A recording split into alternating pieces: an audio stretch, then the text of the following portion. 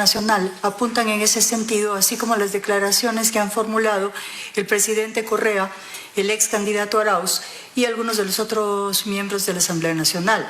De manera que pienso que el objetivo fundamental que ellos tienen es colocar al presidente en una situación difícil y considerar la posibilidad de la destitución del presidente de la República, lo cual implicaría un entrar para el país en una situación de alto riesgo.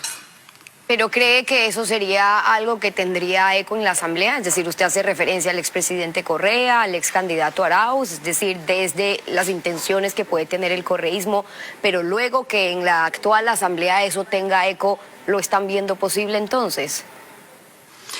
Si usted analiza lo que ha pasado en la Asamblea Nacional en los últimos días, usted podrá ver claramente que se ha producido un cambio en el sistema de la votación y que están votando juntos tanto UNES como el Partido Social Cristiano y Pachacutic.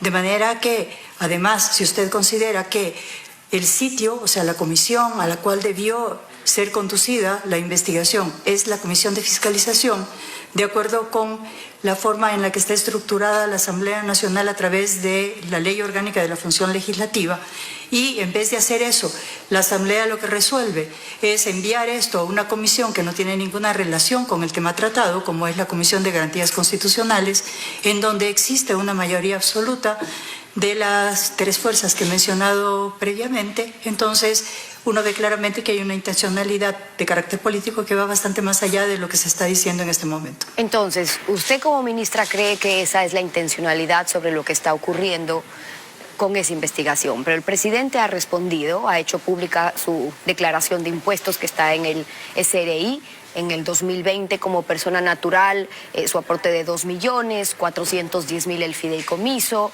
la corporación 127.000, luego las declaraciones del Banco de Guayaquil con 47 millones, estamos hablando del 2020, pero claro, para llegar a esas sumas, cuando ya hacen desde el 2005, que es lo que se ha publicado, en 18 millones como persona natural de Guillermo Lasso o 560 millones como banco, siendo el presidente habiendo sido el mayor accionista. ¿Qué es lo que les preocupa entonces? Me refiero al gobierno. Si el presidente es uno de los ecuatorianos que más impuesto ha pagado en los últimos años y si confirma ya no tener bienes en paraísos fiscales.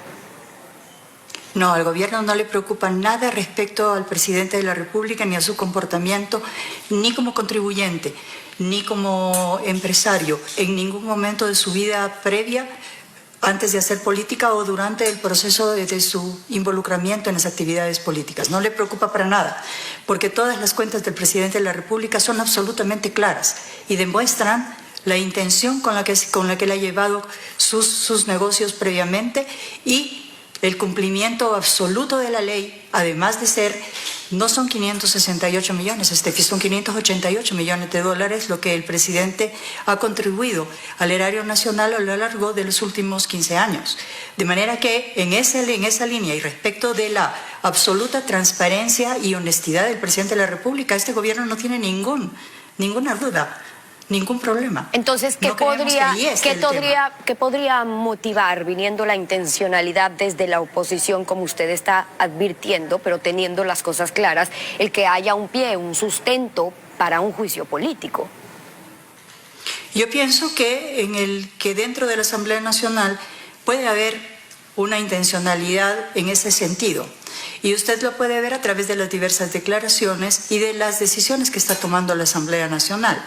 Sin embargo, estoy absolutamente convencida que el presidente de la República tiene todas sus cuentas en orden y que demostrará que no existe ningún problema en el momento en el que él envíe la información que le pueda solicitar la Asamblea Nacional.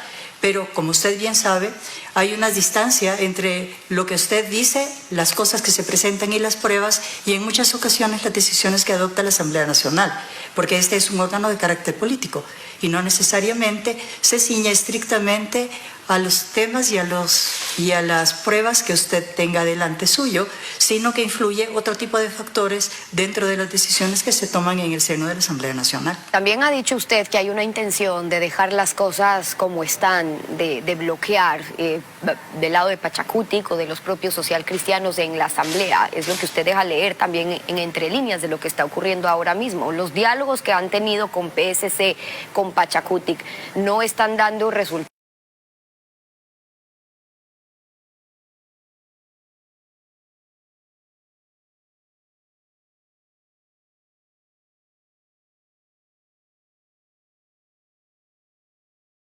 dictados, qué es lo que les piden que no puedan dar. Caminan en el orden de mejorar la situación que tiene el país. En otros casos los planteamientos han caminado en una línea diferente porque las ideologías son distintas y las apreciaciones desde cada punto de vista son diferentes. Nosotros pensamos que el diálogo es la mejor alternativa para seguir adelante y creemos que es indispensable sentar ese diálogo alrededor de las líneas del presupuesto, o sea, de los presupuestos que contiene el plan de gobierno, porque fue la propuesta que ha sido votada por el pueblo ecuatoriano. Sin embargo, cuando del otro lado, digamos, se encuentran algunas posiciones en las que lo que se busca no es llegar a un entendimiento alrededor de un eje y de una columna vertebral que se fundamenta en aquellos planes de gobierno que son aquellos alrededor de los cuales se plantean las necesidades del país. Entonces, en este caso, cuando hay una divergencia muy grande entre las posiciones, este diálogo se vuelve mucho más difícil. Y en algunas ocasiones se ve más, digamos, se percibe más una idea de cambiar completamente la línea del gobierno. En este momento lo más importante para el país es encontrar el mecanismo necesario para poder dar empleo a las 7 de cada 10 ecuatorianos que carecen de empleo. Hay 5.8 millones de personas que están esperando esa solución. Y en el momento en el que se envió el proyecto de ley creando oportunidades, lo único que la Asamblea hizo fue devolverlo. Pero si el gobierno quiere insistir en ese megaproyecto de ley creando oportunidades, está la posibilidad de que la Asamblea, si lo recibe, lo niegue. Los asambleístas deslindan su responsabilidad, que la responsabilidad de lo que incluya ese megaproyecto esté solamente en el presidente, es decir, solamente en el Ejecutivo, y al ser urgente se aprueba concluido el plazo de los 30 días. ¿Por qué no enviarlo otra vez? ¿O es que creen que no va a pasar nuevamente del CAL porque no quieren separar o sacar la parte tributaria o laboral como se lo está planteando? No, el Gobierno Nacional, Steffi, está abierta a escuchar las propuestas que se hacen desde la Asamblea Nacional y desde distintos otros puntos de las organizaciones sociales o de cualquier ciudadano que emita una opinión que pueda ayudar al gobierno a considerar qué está haciendo en ese momento y de qué manera puede avanzar en el proceso de lograr obtener aquellos resultados que el pueblo ecuatoriano necesita. De manera que el gobierno está analizando en este momento todas las alternativas que han sido planteadas, inclusive el enviar proyecto de ley de manera diferente, es decir, no conservar la unidad del proyecto como originalmente se planteó, sino pensar en enviar un proyecto de ley en materia tributaria y otro proyecto de ley en materia laboral. Ahora, con eso dicho, ayer la presidenta de la Asamblea les cuestionaba sobre la consulta, les decía, bueno, ¿para qué gastarse 100 millones de dólares en una consulta, pudiendo tender los puentes en la Asamblea? Y recordemos algo más de lo que dijo. Y por la Asamblea Nacional no hay ningún problema, incluso que se abran verdaderos canales de diálogo entre el Ejecutivo y la Asamblea Nacional. La Asamblea Nacional no ha frenado ni entorpecido ningún proceso. Nosotros solamente hemos solicitado de que se cumpla con la ley y la Constitución, más que todo con esos requisitos que necesitamos para poder calificar los proyectos. Habría que entender que hay una apertura aún a esos diálogos, pero ella dice que sean diálogos verdaderos en los que se puedan sentar a consensuar. Entiendo yo que existe una modificación de parte de la Asamblea Nacional a través del pronunciamiento que ha hecho la presidenta de la Asamblea en la línea de que existe una apertura de parte de la Asamblea Nacional a considerar este proyecto tan importante para generar empleo para 7 de cada 10 ecuatorianos que carecen de él en este momento.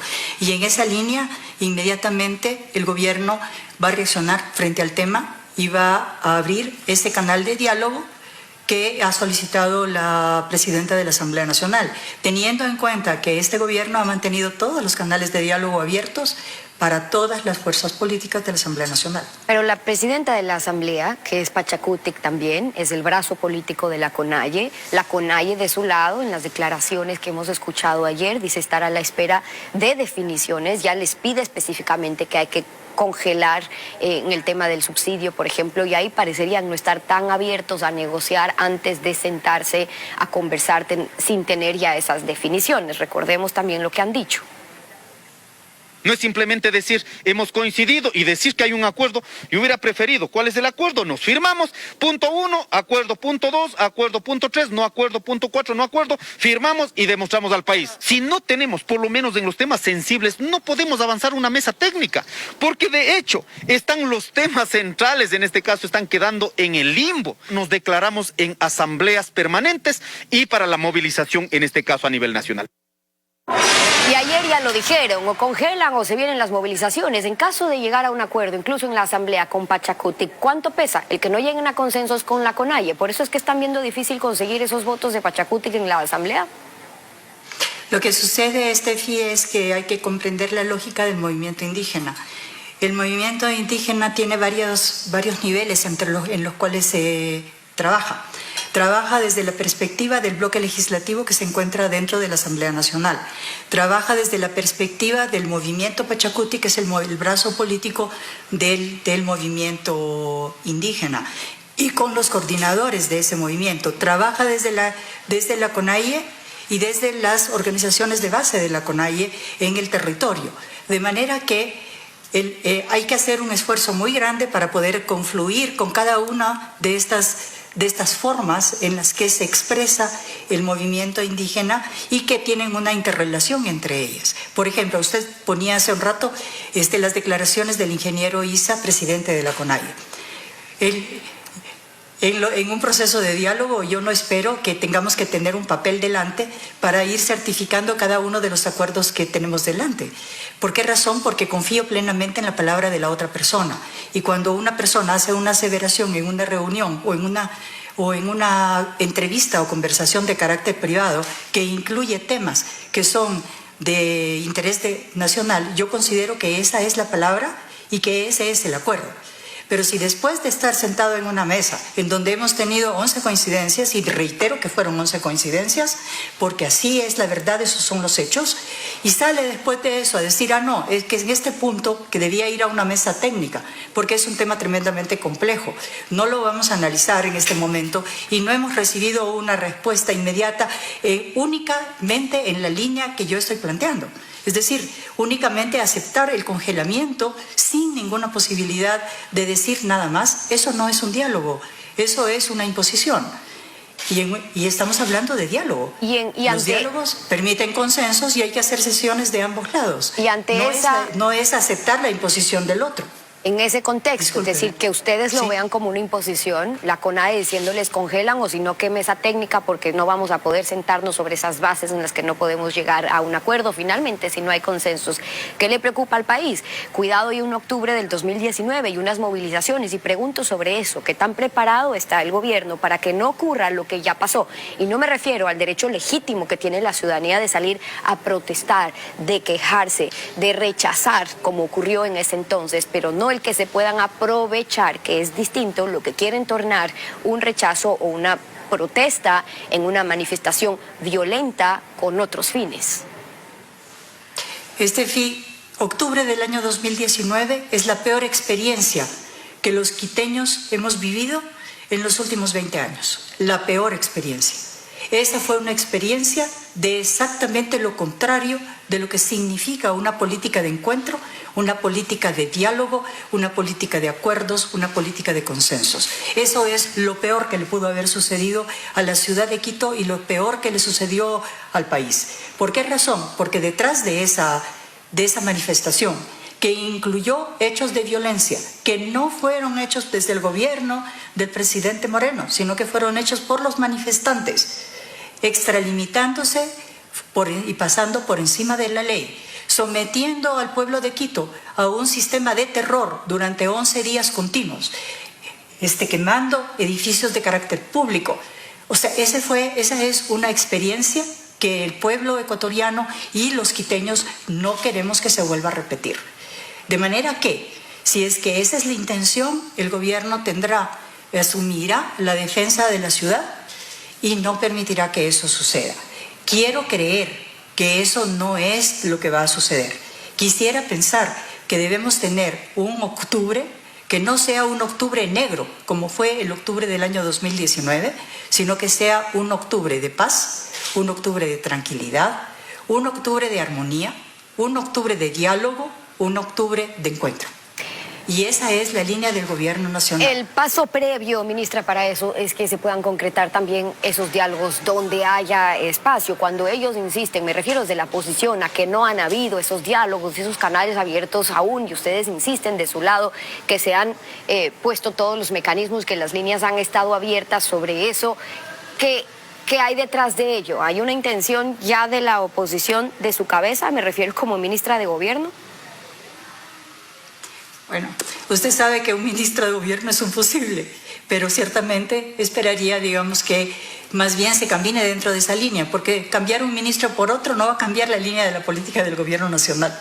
Entonces no creo que ese sea un ejercicio apropiado. De mi parte, yo en este momento lo que el gobierno está haciendo a través de esta ministra es esperar lo que fue dicho por el ingeniero Issa al final de la reunión, que tendrían una asamblea, que en esa asamblea se discutiría la posibilidad de las mesas técnicas, que incluye la mesa técnica del tratamiento de los combustibles, y que ellos nos enviarían por escrito la indicación de cuáles eran los representantes de la CONAIE que estarían presentes en cada una de las mesas de diálogo con los representantes del gobierno nacional.